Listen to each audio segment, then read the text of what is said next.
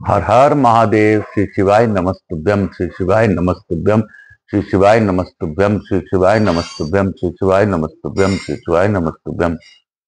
जय जगन्नाथ, जय जगन्नाथ, जय जगन्नाथ, जय जगन्नाथ, जय जगन्नाथ, जय जगन्नाथ, जय जगन्नाथ, जय जगन्नाथ, जय जगन्नाथ। आप सबों को वंदन करते हुए तथा यहाँ के स्थान देवता, वास्तु देवता, ग्राम देवता, क्षेत्रपाल देवता, समस्त देवी देवताओं को नमन करते हुए प्रथम पूज्य देव गणपति गणेश जी महाराज, लक्ष्मी जी महाराज, रिद्धि सिद्धि शुभ लाभ कुबेर जी महाराज का आह्वान करते हुए तथा प्रथम पूज्य देव गणपति गणेश जी महाराज से अनुरोध करते हुए कि आप इस कथा स्थल पर पधार कर अवैध समस्त देवी देवताओं को आने का मार्ग दें और हमारी भाषा उन तक पहुंचाकर हम लोगों को आशीर्वाद दिलवाने में सहायता प्रदान करें। मैं यहाँ के स्थान देवता, वास्तु देवता, ग्राम देवता, क्षेत्रपाल देवता, रायपुर क्षेत्र के समस्त देवी देवताओं का आह्वान करता हूँ तथा उनसे प्रार्थना करता हूं कि आप इस कथा स्थल पर पधार कर अवैध समस्त देवी देवताओं को आने का मार्ग दें। मैं अपने भोलेनाथ मैया पार्वती से अनुरोध करता हूं कि आप इस कथा स्थल पर पधार कर गौर बिंदोरा का आसन ग्रहण करें और यहाँ के स्थान देवता, वास्तु देवता, ग्राम देवता, क्षेत्रपाल देवता, समस्त देवी देवताओं से अनुरोध करता हूं कि इस कथा स्थल पर पधार कर हमें आशीर्वाद प्रदान करें। मैं स्कंद कुमार स्कंद देव से भी अनुरोध करता हूं कि इस कथा स्थल पर अपने गणोश के साथ पधार कर अपना कथा श्रवण कर हम सभी को आशीर्वाद प्रदान करें। मैं अपने श्रोताओं के कुल देवता कुलदेवी का भी आह्वान करता हूं तथा मेरी कुलदेवी के सरस्वती माता का भी आह्वान करता हूं। मैं अपने गुरु आचार्य संगीत कृष्ण जी महाराज सांवरिया बाबा वृंदावन वाले से आज्ञा लेकर आज की कथा प्रारंभ करूंगा और आप सबों को धन्यवाद देते हुए आज विश्वकर्मा पूजा की भी बधाई देता हूं। हे बाबा विश्वकर्मा, आप सभी पर कृपा बनाए रखें, क्योंकि बिना विश्वकर्मा के सहायता के गृहस्थ भी नहीं चल सकता। हमारे गृहस्थ में बहुत सी सामग्री है जो कि बिना विश्वकर्मा के नहीं चल सकती। यहां तक कि हम लोग चक्कू भी यूज करते हैं, वो भी विश्वकर्मा का ही देन है। तो लोहा हमारे घर घर में है, विश्वकर्मा की कृपा हमारे घर घर में है। तो बाबा विश्वकर्मा सब पर अपनी अखंड कृपा बनाए रखे और मैं यह भी प्रार्थना करता हूं मुझसे जुड़े मेरे बंधु बांधव हित नातेदार सब पर अपनी अखंड कृपा बनाए रखें। मेरे व्यवसाय से जुड़े सभी लोगों पर कृपा दृष्टि बनाए रखें। जो भी इस कथा का श्रवण करें उन पर कृपा बनाए रखें। जो इस कथा को ऑनलाइन श्रवण करके और सब्सक्राइब करें उन पर विशेष कृपा बनाए रखें। काल हर दुख हर दारिद हर कष्ट हर, हर हर महादेव शंभु शंभु। आज जगन्नाथ जी का हम लोग पूजा जाप करते हुए आगे की ओर कथा की ओर बढ़ेंगे। जय जगन्नाथ, जय जगन्नाथ, जय जगन्नाथ, जय जगन्नाथ, जय जगन्नाथ, जय जगन्नाथ, जय जगन्नाथ, जय जगन्नाथ, जय जगन्नाथ, जय जगन्नाथ, हर हर महादेव। हम लोगों ने अभी तक भावपूर्वक कथा का पाठन किया है और हम लोगों ने कई बातों को जानकारी मिली। हिंडोले में झूलते हुए भगवान का दर्शन करके मनुष्य संपूर्ण पापों और अत्यात्मिक आदि तीनों पापों से भी छूट जाता है। यह बात हम लोगों ने कल जानी। आज आगे की कथा हम लोग बढ़ेंगे। बोलो जय जगन्नाथ, जय विश्वनाथ, जय काशीपतिनाथ, काशी काशी शिव काशी मोक्ष नगरी काशी की जय। जिमनी जी कहते हैं, ब्राह्मणों, अनादि देव भगवान विष्णु की जो 12 मूर्तियां हैं उनका प्रति मास पूजन करें। उनमें से एक एक मूर्ति की एक एक मास में प्रतिदिन पूजा करते हुए 12 महीने में 12 मूर्तियों का पूजन संपन्न होती है। क्रम से 12 पुष्पों और 12 फलों से पूजन करना चाहिए। अशोक, मल्लिका, बेला, पाटल, कदम, कनेर, चमेली, मालती, सतदल कमल, नील कमल, बासंती, कुंद और पुनाग, इन पुष्पों का श्री भगवान को प्रसन्नता के लिए क्रमशः एक एक मास में अर्पण करना चाहिए। अनार, नारियल, आम, कटहल, खजूर, ताल, प्राचीन, आंवला, श्रीफल, नारंगी, सुपारी, करोदा और जायफल, इन 12 फलों को भी क्रमशः एक एक मास में देना चाहिए। भक्ष्य, भोज, चौष्य, लेम और मधुर भोजन तथा आसन आदि उपचार समर्पित करके जगत गुरु भगवान की स्तुति करें। हे सर्वव्यापी जगन्नाथ, आप भूत, वर्तमान और भविष्य तीनों लोक कालों के स्वामी हैं। कमल नयन विष्णु, आप संसार सागर से मेरी रक्षा कीजिए। मधुसूदन, आपने पूर्व काल में अत्यंत भयंकर तथा अवलंबन रहित एक कार्णव के जल में संपूर्ण विश्व की रक्षा कर लिए मधु नामक दैत्य का वध किया था। इस समय मेरी रक्षा कीजिए। त्रिविक्रम जिन्होंने 3 पग चलकर तीनों लोकों को नाप लिया और दैत्यों को विशाल सेना का वध करके त्रिभुवन की रक्षा की, उन आपके लिए नमस्कार है।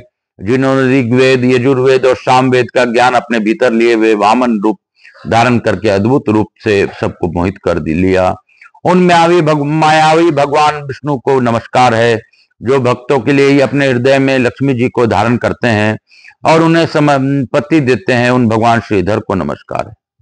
ऋषिकेश, आप समस्त इंद्रियों को अधिष्ठाता, सबके स्वामी और सदा भक्तों के सुख के एकमात्र हेतु हैं, आपको नमस्कार है। पद्मनाम, आपके नाभि कमल से यह चराचर जगत उत्पन्न हुआ है, वह कमल ही विधाता का आसन है, आपको नमस्कार है। जिनको 3 गुणों से यह चराचर जगत बंधा हुआ है, उन्हीं को गोपी ने अपने दाम रस्सी से बांध लिया, इसलिए दामोदर नाम धारण करने वाले प्रभु आपको नमस्कार है, जो जगत के आदि कारण है और जिन्होंने ब्रह्मा जी के रूप में संपूर्ण भूतों की सृष्टि की, उन अचिंत्य महिमा वाले आप सर्वव्यापी नारायण को नमस्कार है। गोविंद, आप ज्ञानियों के लिए ज्ञान गम्य हैं और असरण को शरण देने वाले हैं, आपके प्रसाद से मेरी यह व्रत संपूर्ण हो। इस प्रकार प्रति मास पूजा के अंत में इन स्तुतियों द्वारा अतिशय भक्ति के साथ हाथ जोड़कर भगवान जनार्दन को प्रार्थना करना चाहिए। ब्राह्मणों, प्राचीन काल में प्रजापति दक्ष ने मनुष्य को अत्यात्मिक आदि पापों से अत्यंत क्लेश उठाते देख वैशाख मास के शुक्ल पक्ष में तृतीया को जगन्नाथ जी के अंग में चंदन का लेप करके प्रसन्नता पूर्वक इस प्रकार सत्वन किया था, देव देव जगन्नाथ, आप सहज आनंद से परिपूर्ण एवं निर्मल है। परमेश्वर, संसार सागर में डूबे हुए हम दुखियों का उद्धार कीजिए। ये मनुष्य नाना प्रकार के संतापों से संतप्त हो रहे हैं, हे कृष्ण, में एक मुझ पर कृपा करने की बुद्धि से अपना शुभ दृष्टिमय सुधा धारा से इन सबको तृप्त कीजिए। जगदीश्वर, कलयुग के पाप से मोहित हुए मनुष्यों का उद्धार करने के लिए ही इस नीलाचल गुफा में आपका यह अवतार हुआ है। जय कृष्ण, जय ईशान, जय अक्षर, यह विनाशी परमेश्वर, आप प्रसन्न होइए और इन दीन मूढ़ एवं अज्ञानी मनुष्यों पर कृपा कीजिए। इस प्रकार स्तुति करके, हे ईश्वर, प्रसन्न होइए, प्रसन्न होइए, प्रसन्न होइए, ऐसा कहते हुए दक्ष प्रजापति ने दक्ष जगन्नाथ जी के चरणारविंदों में दंडवत प्रणाम किया। तब भगवान ने स्पष्ट वाणी में प्रजापति से कहा, वत्स उठो, मैंने तुम्हारे दुर्लभ वर प्रदान किया, तुम्हारी जो अभिलाषा है वह मेरे प्रसाद से निसंदेह पूर्ण होगी। यह तो तुम जानते ही हो कि अल्प पुण्य वाले प्राणियों को मेरा अनुग्रह दुर्लभ है, परंतु मेरे उत्सव से मुझे संतुष्ट करके तुमने मेरी प्रार्थना की है, इसलिए मैं तुम्हें यह वर देता हूँ। जो मनुष्य भक्ति पूर्वक अक्षय तृतीया को इस अक्षय यात्रा का दर्शन करते हैं, वे उस समय मन में जो इच्छा करते हैं उसी को प्राप्त कर लेते हैं। जैसे चंदन का लेप ताप को हर लेता है, वैसे मेरा यह उत्सव तीनों तापों का विनाश करने वाला है। मैंने तुम्हारी बुद्धि को प्रेरित किया है, इसलिए तुमने इस उत्सव का संपन्न किया है। मैंने दिनों का उद्धार करने के लिए मन यह संकल्प किया था, उसी के अनुसार तुम इस कार्य में प्रवृत्त हुए हो। प्रजापति, तुमने जो अभिलाषा की है वह सब मैं पूर्ण करूंगा। ये गुंडीचा आदि 12 महायात्राएं पवित्र करने वाली मानी गई है। इनमें से एक एक यात्रा मुक्ति देने वाली है और सब यात्राओं तो धर्म, काम, अर्थ, मोक्ष चारों पुरुषार्थों को प्राप्त कराने वाली है। जो भक्ति पूर्वक इनमें से ही एक यात्रा का भी दर्शन करता है, वह उसी एक से भव सागर को पार करके भगवान विष्णु के धाम में जाता है। प्रजापति दक्ष से ऐसा कहकर भगवान विष्णु अंतर्ध्यान हो गए। तब श्रद्धालु दक्ष प्रजापति ने भगवान की आज्ञा से 1 वर्ष तक नीलाचल पर निवास करके वहां से सब बड़े बड़े उत्सव का दर्शन किया। जो अल्प बुद्धि वाले मनुष्य हैं, उनमें भी भगवत विश्वास बढ़ाने के लिए ये यात्राएं बताई गई है। जिस किसी प्रकार भी जगन्नाथ जी का दर्शन करने पर वे निश्चित ही मोक्ष प्रदान करते हैं। इन संसार में जो समस्त चराचर विभूतियां हैं, वे सब भगवान विष्णु की ही हैं। विभूति और उसके दाता वे एक ही परमेश्वर हैं। जो मनुष्य जिस भाव से भगवान की सेवा करता है, वह वैसा ही हो जाता है। भगवान की इतनी महिमा है, इस प्रकार उसका माप नहीं किया जा सकता। जो जिस भाव से भगवान की उपासना करता है उसे वैसा ही फल प्राप्त होता है। धर्म, अर्थ, काम और मोक्ष, इन चारों पुरुषार्थों को प्राप्ति के लिए एक ही मार्ग है। दारू ब्रह्म जगन्नाथ जी की उपासना अधर्म के स्वरूप का यथार्थ निश्चय करने के में कोई भी समर्थ नहीं है। भगवान विष्णु ही धर्म है, ये जनार्दन ही धर्म है और जगत दोनों के स्वामी है। वे चतुर्विद पुरुषार्थ स्वरूप है। उनमें जिसकी भक्ति स्थिर हो गई है वह संपूर्ण कामनाओं से तृप्त होकर न कभी शोक करता है और न आकांक्षा। इंद्र रूप से उपासना किए जाने पर वे ही भगवान विष्णु त्रिलोकी का ऐश्वर्य प्रदान करते हैं। ब्रह्मा जी के रूप से ध्यान करने पर किए जाने पर वंश की वृद्धि करते हैं। सनत का कुमार के रूप में उनका चिंतन किया जाए तो वे दीर्घायु आयु प्रदान करते हैं। राजा पृथु के रूप में भावना करने पर जीविका और संपत्ति प्रदान करते हैं। बृहस्पति के रूप में भगवान की उपासना की जाए तो वे गंगा आदि तीर्थों का फल देते हैं। सूर्य रूप से चिंतन करने पर वे अंतकरण के अज्ञान अंधकार का नाश करते हैं। चंद्रमा के रूप से श्रीहरि की उपासना की जाए तो वे अनुपम सौभाग्य देते हैं। भगवान वाणी के अधिपति हैं। इस रूप से भावना करने पर मनुष्य अष्टादश विद्याओं का तत्वज्ञ होता है। यज्ञेश्वर स्वरूप में चिंतन करने पर जगन्मय सनातन भगवान अश्वमेध आदि यज्ञों का फल देते हैं। कुबेर रूप में ध्यान किया जाए तो भगवान अनुपम समृद्धि प्रदान करते हैं। इस प्रकार दीनों और अनाथों पर अनुग्रह करने के लिए दया सागर भगवान काष्ठ में शरीर धारण करके नीलगिरी का निवास करते हैं। ब्राह्मणों, तुम सब लोग वहां जाओ, एकाग्रचित होकर निवास करो और भगवान लक्ष्मीपति के युगल चरणार विंदों की शरण लो। बोलो काशी विश्वनाथ की जय। इस अध्याय के बाद अंतिम अध्याय है और यहीं पे उत्कल खंड और यह पुरुषोत्तम क्षेत्र का महात्म संपूर्ण होगा। तो मैं अंतिम अध्याय भी आज पुरुषोत्तम खंड का महात्म यहीं पर पूर्ण करने का विचार किया है। क्यों, आज विश्वकर्मा पूजा है और आज से ही पितृपक्ष भी शुरू है।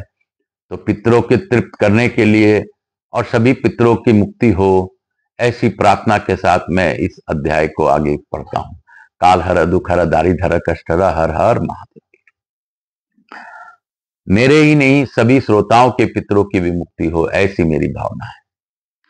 मुनियों ने पूछा, भगवान विष्णु भक्त राजा इंद्रदुम्न ने मंदिर की प्रतिष्ठा के पश्चात कौन सा कार्य किया?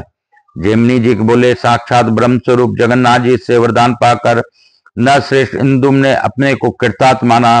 भगवान की आज्ञा के अनुसार उन्होंने पुण्य मोक्ष प्रदान करने वाली संपूर्ण यात्राएं करवाई।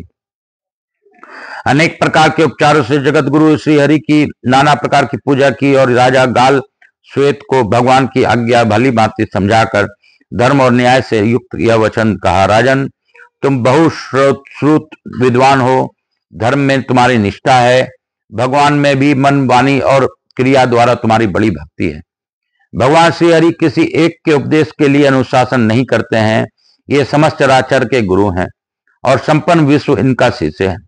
मुझ पर अनुग्रह करने के लक्ष्य से अवतीर्ण हुए भगवान जगन्नाथ यहाँ दीन दुखियों के उद्धार के लिए सदैव निवास करेंगे।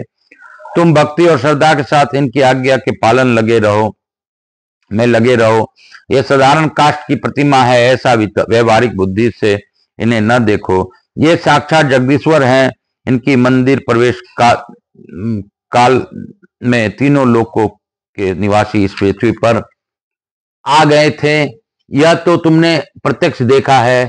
ब्रह्मा आदि सब देवता एक ही साथ यहाँ पधारे थे। काष्ठ रूप धारण करने वाले ये साक्षात चराचर में विष्णु हैं। उन्हें पृथ्वी पर प्राप्त कल्प वृक्ष समझो। ये संपूर्ण कामनाओं को देने वाली हैं। इनकी उपासना करके जो जैसे कामना रखता है वैसा फल प्राप्त कर लेता है। ये अंधकार से परे अनिवर्चनीय ज्योति रूप स्वरूप है।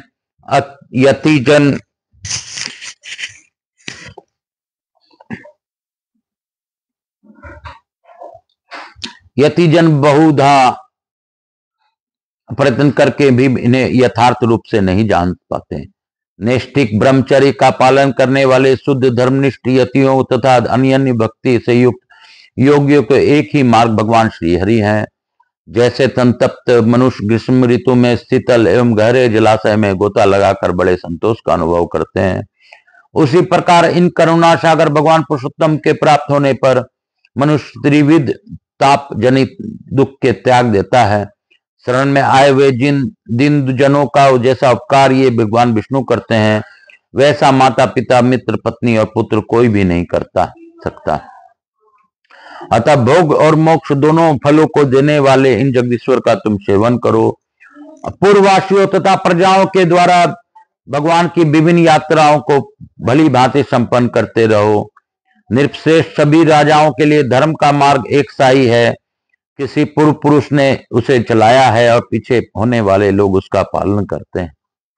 राजेंद्र, श्रेष्ठ उपचारों और समृद्धि द्वारा तीनों समय भगवान नरसिंह का भजन पूजन करो। इससे तुम्हें परम शांति प्राप्त होगी। अपने कृतिका की अपेक्षा दूसरों को कृति का संरक्षण करना श्रेष्ठ बताया गया। जो दूसरे के लिए हुए दान की रक्षा करते हैं, उसके दिए हुए दान की रक्षा करते हैं, उसके लिए वह अपने दिए हुए दान से उत्तम है। यह सुनकर निर्श्रेष्ठ श्वेत ने राजा इंद्रदुम्न के आदेश को गुण युक्त माला की भांति शिरोधारी किया। राजा ऋषि इंद्रदुम्न भी भगवान पुरुषोत्तम का प्रसन्न करके नारद जी के साथ ब्रह्मलोक चले गए। ब्राह्मणों, यह मैंने तुम्हें पुरुषोत्तम क्षेत्र के उत्तम मातम का वर्णन किया। वहां नित्य निवास करने वाले दारू ब्रह्म जगन्नाथ जी के मातम को जो भक्ति पूर्वक श्रवण करता है, उसे अनेक अश्वमेघ यज्ञों का फल प्राप्त होता है। स्वामी कार्तिकेय जी के बताए हुए अर्धोदय योग को उपेक्षा इस विष्णु महात्म के कीर्तन का पुण्य अधिक है। जो प्रतिदिन प्रातःकाल इसको सुनता है, उसके लिए यह धन, यश, आयु, पुण्य तथा संतान की वृद्धि करने वाला है। स्वर्ग में प्रतिष्ठा रूप फल देता है और सब पापों का नाश करता है। पुराण श्रवण के आरंभ से में अपने वैभव के अनुसार तैयारी करनी चाहिए। पहले संकल्प करके पुराण पाठ श्रवण करने के लिए अति सुंदर आभूषणों तथा वस्त्र, चंदन और माला आदि के द्वारा विधि पूर्वक ब्राह्मण का वरण करें। वह ब्राह्मण शुद्ध कुल में उत्पन्न हो, किसी अंग से हीन न हो, शांत स्वभाव वाला हो, अपने ही शाखा को मानने वाला हो और अपने पुरोहित को तथा सब शास्त्रों के अर्थ को यथार्थ रूप से जानने वाला हो। वरण किए हुए ब्राह्मण को उत्तम आसन पर बिठाकर उसके गले में माला पहना दें और मस्तक पर भी पुष्प गर्भ माला रखें। चंदन से ब्राह्मण के ललाट में लेप करें। उस समय वह ब्राह्मण व्यास के समान मान्य होता है। उसी ब्राह्मण के द्वारा विष्णु स्वरूप पुस्तक पर श्रीखंड, उग्र आदि पुष्पों और नाना प्रकार के रुचिर उपचारों से व्यास पूजन करावें।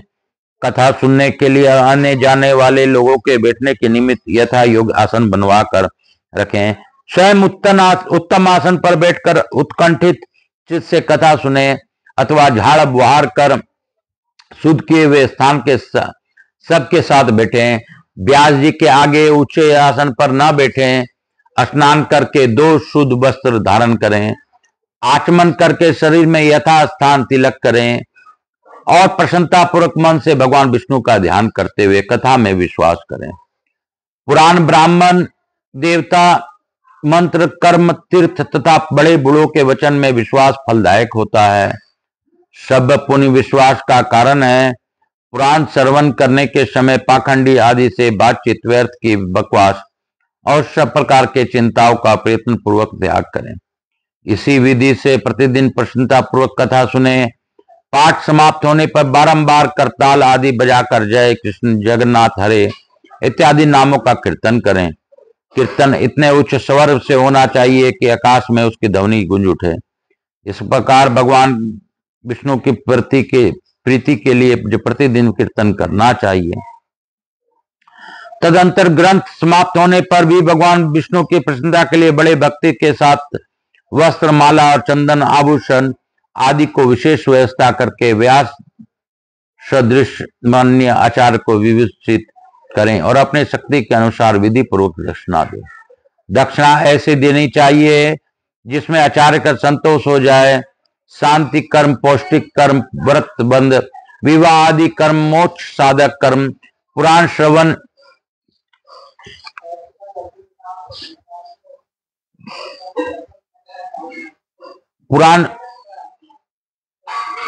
मोक्ष साधक कर्म, पुराण श्रवण, यज्ञ आदि का अनुष्ठान, दान और अनेक प्रकार के व्रत ये यदि दक्षिणाहीन हो तो निष्फल हो जाते हैं। तत्पश्चात यथाशक्ति तैयार कराए हुए अन्न से ब्राह्मणों को भोजन करावें। मुनिवरों, इस प्रकार तुम लोगों से पुराण श्रवण का यह सांगोपांग विधि बताई गई है। मुनि बोले, आओ, हमारे महान सौभाग्य है कि पाप राशि का विनाश करने वाले यह पुराण श्रवण का फल हमने आपके मुखारबिंद से सुना। मुने, इस समय इसके फल की प्राप्ति के लिए हम आपकी यथाशक्ति दक्षिणा देते हैं, इसे आप प्रसन्नता पूर्वक ग्रहण करें। यह कहकर उन अकिंचन मुनियों ने समिधा, कुशा, फूल, फल और अक्षत आदि जैमिनी जी को देकर बड़े हर्ष के साथ पुरुषोत्तम क्षेत्र को प्रस्थान किया। बोलो शंकर भगवान की जय, बोलो जगन्नाथ भगवान की जय। जय जगन्नाथ, जय जगन्नाथ, जय जगन्नाथ, जय जगन्नाथ, जय विश्वनाथ, जय जगन्नाथ, जय विश्वनाथ, जय जगन्नाथ। उत्कल खंड या पुरुषोत्तम क्षेत्र महात्म संपूर्णम। इसके साथ ही आज हम लोग उत्कल खंड का समापन किए और इसके साथ एक पुराण का एक खंड पूरा हुआ। यह मेरे भोलेनाथ की दया है, मेरे जगन्नाथ जी की दया है कि मैं पढ़कर आप लोगों तक पहुंचा पाया। भगवान जगन्नाथ आप सबों का कल्याण करें। इसी भाव के साथ मैं लघु आरती करता हुआ आज की कथा को यहीं पे विराम देता हूं और मेरे गुरु से आज्ञा लेकर ये कथा यहीं पे विराम दूंगा। काल हर, दुख हर, दारी धर, कष्ट हर, हर हर महादेव, शंभु शंभु। अनिशा, ये बंद करो तो हवा आ रहा है। शंभु शंभु शंभु, बोल बम का नारा है, बाबा एक सहारा है।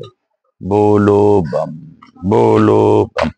कभी राम बन के, कभी श्याम बन के, कभी जगन्नाथ बन के चले आना प्रभु जी, चले आना, चले आना प्रभु जी, चले आना। बोलो जगन्नाथ भगवान की जय। कपूर गौरम करुणावतारम संसार सारम भुजगेंद्रहारम सदा वसंतम हृदयारविंदे भवम भवानी सहितम नमामि। श्री राम जय राम, जय जय राम, श्री राम जय राम, जय जय राम। यहाँ के स्थान देवता, वास्तु देवता, ग्राम देवता, चितपाल देवता, समस्त देवी देवता अभ्यो नमः। मातृ देवी व पितृ देवी व सब पितृ देवता अभ्यो नमः। मातृ देवी भोलेनाथ की जय, मैया पार्वती की जय, समस्त देवी देवता अभ्यो नमः। ग्राम देवता अभ्य, चितपाल देवता, स्कंद महापुराणाय नमो नमः। भक्तवत्सलाय नमो नमः। शीतलीकरण अहम कर्षित। हर हर महादेव, हर हर गंगे, हर हर महादेव, हर हर महादेव, हर हर। जय जगन्नाथ, जय विश्वनाथ, जय जगन्नाथ, जय विश्वनाथ, जय जगन्नाथ, जय विश्वनाथ, जय जगन्नाथ। मातृदेवी व पितृदेव व सब पितृदेवताभ्याम नमो नमः। मातृदेवी व पितृदेव भव सब पितृदेवताभ्याम नमो नमः। हर हर महादेव, हर हर महादेव। मैं गणपति गणेश जी महाराज, लक्ष्मी जी महारानी, रिद्धि सिद्धि जी, शुभ लाभ, कुबेर जी महाराज से अनुरोध करता हूँ कि आप हमारे यहाँ निवास कर अखंड कृपा बनाए रखें। आवाज समस्त देवी देवताओं से अनुरोध करता हूँ कि आप हम सभी श्रोताओं को आशीर्वाद प्रदान कर अपने स्थान को गमन करें, पुनः बुलाने पर पधार कर आशीर्वाद दें। मैं जगन्नाथ जी रूप भगवान भोलेनाथ मैया पार्वती को धन्यवाद देते हुए उनसे प्रार्थना करता हूँ कि पितरों को मोक्ष दें और विश्वकर्मा बाबा की कृपा हम सबों पर बनी रहे, ऐसा आशीर्वाद बनाए रख आशीर्वाद दें। स्कंद कुमार स्कंद देव से भी अनुरोध करता हूं कि आप भावपूर्वक इस पुरुषोत्तम क्षेत्र का उत्कल खंड का समापन आज आपने करवाया और भावपूर्वक इस कथा का श्रवण हम लोगों ने किया। यह हमारे किसी जन्म के पुण्य कर्म के ही फल है कि हमें जगन्नाथ जी के अनुपम कथा का ज्ञान हुआ। काल हर, दुख हर, दारी धर, कष्ट हर, हर हर महादेव, शंभु शंभु। सभी पर कल्याण करे बाबा। मैं इसी के साथ आज की कथा को यहीं पर समाप्त करता हूँ। हर हर महादेव, हर हर महादेव। श्री शिवाय नमस्तुभ्यम। हर हर महादेव।